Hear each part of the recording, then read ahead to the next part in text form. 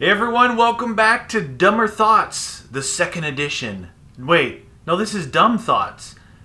Guns has the dumb. I just watched Dumber Thoughts. That's why it's on the top of my mind. I had to review his video to see what he talked about, and then I could talk about my opinion on that stuff. So this is Dumb Thoughts. That's Dumber Thoughts. All right. So he was talking about the new Call of Duty engine.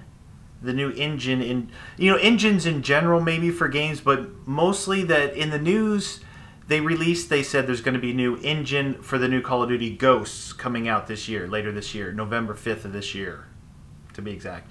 My opinion on it, I think it's cool. I think it's cool. It's one of those things that remains to be seen. The funny thing about it is, even the modified engine that they've been using that was 4 or 5 years old still was great. As far as like the responsiveness, how it felt, like the thing I love about Call of Duty personally is that when you how you move, it's real clean and crisp. Like I love Battlefield and Borderlands and games like that, but I tell you, games like Battlefield and Borderlands, a lot of the games that run on the Unreal Engine, which I love that engine, Unreal Engine, the Frostbite engine, they add in a little bit more, here's your gun, right? Sway when you're running, and a little bit more, maybe like what feels like acceleration, like and then all of a sudden it'll turn. Where in Call of Duty, you set your sensitivity and it's like almost snap on target. That's why players with quick responses do really well in Call of Duty. So engines are unique. That's the one draw I think that a lot of people have to Call of Duty, is that real responsiveness of that game. So I'll have to wait and see on the new engine. I don't think that they could hurt it with an engine. I think that they can only help it. So it's probably good news for all of us. The one thing I did want to touch on that Guns was talking about was the net coding, lag compensation. I'm a privately outspoken person about it, but I've actually done a little bit of internal research here. I did read a couple of articles on lag compensation software and like net coding for ping and compensation internally on the game. In the net coding, not in the engine. One of the articles was on one of the Steam forums, the PC, and the other one was actually from Activision. And it got me thinking. It didn't really explain this to me, but it got me thinking. Think about this. Well, I'm not going to tell you what other people think. I'm going to tell you what I think and my corrections on what I was thinking. That as far as lag compensation goes, I would always go, well, when I played Call of Duty 4, when I played Modern Warfare 2, I didn't get this feeling, this lag compensation feeling, right? Sure, throw all the others problems about the games maybe out the window for now. We're only talking about the feeling. Forget about 3 frags, forget about one-man army noob tubes, right? What I'm talking about is me, myself, again, I'm not going to generalize this, I'm going to talk about me specifically, that I would always say to people, I never had this feeling in Modern Warfare 2 or Call of Duty 4. It was always, it's like if I saw you first, I killed you. Unless I knew you were the host, and maybe a couple times you got a little bit of an advantage on me, but was acceptable to me because it was only one person in the lobby. All right, so, but I've rethought this. Here's what I've come up with. See if as brief as I can do this. Here's what I come up with. Back then, I say back then, we're talking 2007 versus 2013. All right, you do the math. In 2007, there wasn't all this great internet out there. All right, there was for businesses, there was T1 lines, there was a lot of stuff for businesses, but for home use, for video gaming, it was mostly DSL, like a low-grade DSL, all right? And if you think about it, everyone was more on an equal playing field automatically from the internet, right? The games didn't have to try and help out. Picture this. Everyone's on DSL everywhere. East Coast, West Coast, Canada, UK, Australia, Sweden, everywhere, right? So as long as you're within your general area, it's pretty fair. Latencies, ping, response times, all this stuff is going to be fairly the same, all right? The problem is I've got the iPad down there with a timer on because Guns ran over time limit. I'm watching this. All right, listen. This is important. This is what I came up with right here. No research. Fast forward to 2013. You've got Google Fiber. You've got Verizon Fios, right? Verizon in selected areas. And a lot of these good players are rocking Verizon Fios, right? Then there's other people, a lot of people running cable modems, right? I still have my original DSL line that I used to play Call of Duty 4 with. I still have it today. It's what we run a Minecraft server utilizing that line, and I play through my cable modem. So I have 2 lines, DSL and cable, all right? The DSL on a speed test does about 6 down and 0.3 up, all right? And that is the best I can get in this area from AT&T on that DSL line.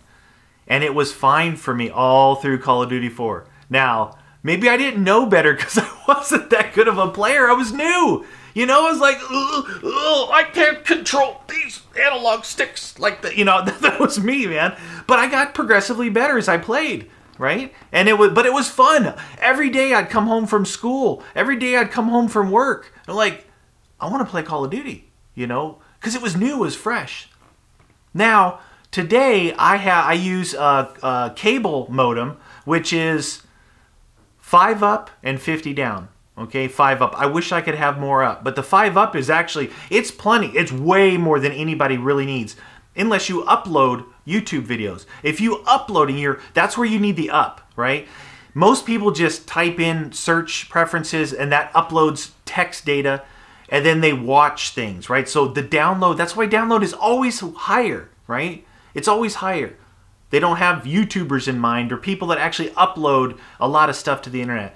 But at businesses, T1 lines is different. You know, stuff like that is different. So my thoughts, I said I was going to keep this part short, but it went way long. The idea here is that back then, it wasn't about the net coding. It was just that there was no great internet around. Today in 2013, we've got me here on my cable on the West Coast. We got people on the East Coast with Verizon Fios 80 up and 80 down, 100 up, 100 down. We got people down in Houston, Texas and Dallas, Texas running cable that's like 50 and 50. And then we got guys on DSL, maybe in Canada, all playing together. All right? If there was no compensation of any kind, I'm guessing here, I think that it would be absolutely unplayable for the majority of people. I'm going out on a limb here because I am affected by this every game I play, and I can't explain it because I have good internet. I've tested this out. I've tried hooking up that old DSL line and play. And like a couple of games, it's like, I can't be beat. Like, I'm MLG, man. I'm meaty. You can't touch me, man. You can start shooting, and I go, hey, there's a guy over there shooting me. I think I'll whoop, and I kill him on my DSL line. But then like 3 or 4 games later, the game something decides to go, ha, not anymore. I took away your cape. You are no longer that good. You are bad, all right? Then I go back to my cable, go back and forth. I can't explain it. I don't know about net coding, but it's my belief, and I'm trying to look at like the brighter side of this because I hope that there's a solution for it down the road.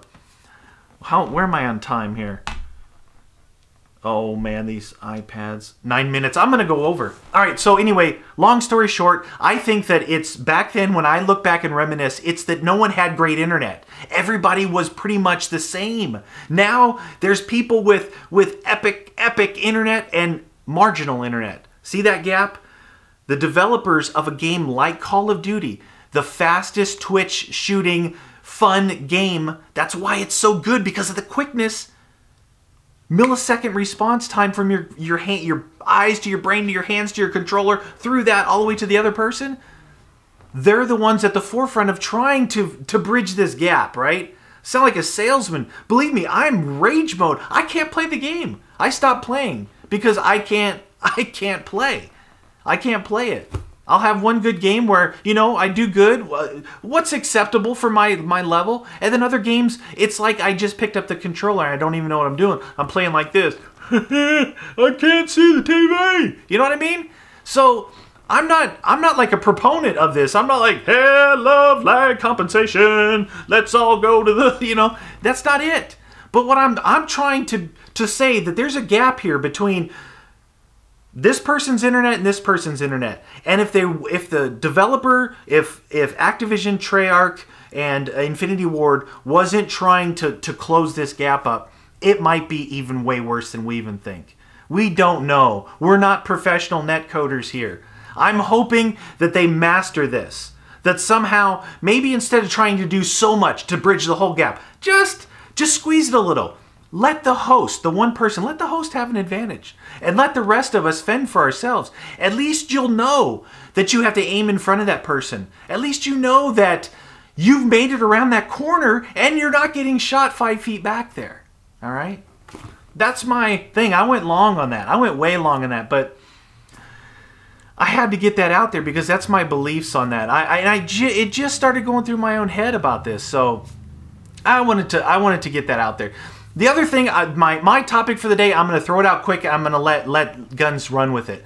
I think that game developers, from this point forward, looking at games that have come out and games that I like, and in talking to a lot of you guys, instead of making a game that is campaign and multiplayer, let's bring the campaign back.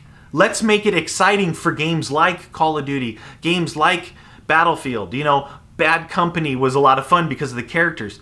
Here's my idea of it. Every game developer out there, think about this. Put this in your pipe and smoke it. I'm telling you, instead of just making the campaign, look at games like Borderlands. Look at games like this as the future. Make the campaigns co-op. No more single-player campaigns. If you don't have a co-op partner, sure, you can run through it solo.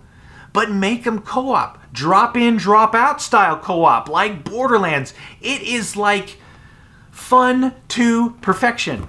I'm telling you, make it. Multiplayer is great. Most people buy games and they go straight over to multiplayer. Say, that's my thing, that's what I'm doing. And they forget about campaign. Then there's games like Borderlands that they're like, come on guys, let's go, we're playing Borderlands tonight. Because it's co-op.